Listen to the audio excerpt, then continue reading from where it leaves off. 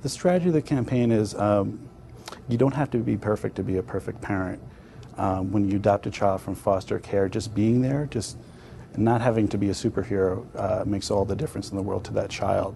So in some ways, it's sort of lowering the burden of what they're feeling. First, the agency, and I have to, Christian Baum and Bond did a terrific job, and Michael Duty was brilliant in his work on this. I think the first step was to look at the strategy, and the strategy, we were a little bit uncomfortable with the strategy, I have to say, because this is not a typical recruitment campaign. We like the focus on the parents and the parents' mindset, but we knew that this approach can go in a sort of an odd direction or a new direction that we weren't really quite sure of. But we had a lot of talk about it, and I think we all really jumped on board once we discussed things that the strategy was going to work. And there were about 4 or 5 different moments that I can recall where the whole thing could have just gone wrong.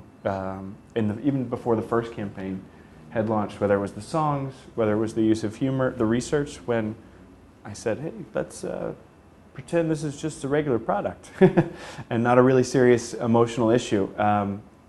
And there were people, as there always are, in somewhere that you didn't even know we were presenting to at one point in Washington, that thought it had to be the way that Steve described it before, which is, this is really hard. It's like being in the Marines, adopting a foster child, and you can do it. You're the chosen one. And we thought that was absolutely the opposite of what was needed. That sort of reinforced the way that advertising had been done in the past.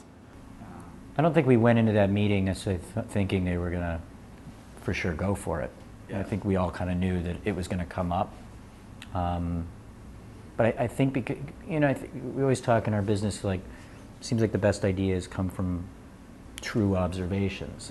And the strategy came from just this true observation. So even if you were skeptical about comedy, you couldn't be skeptical about what the end message of the commercial was.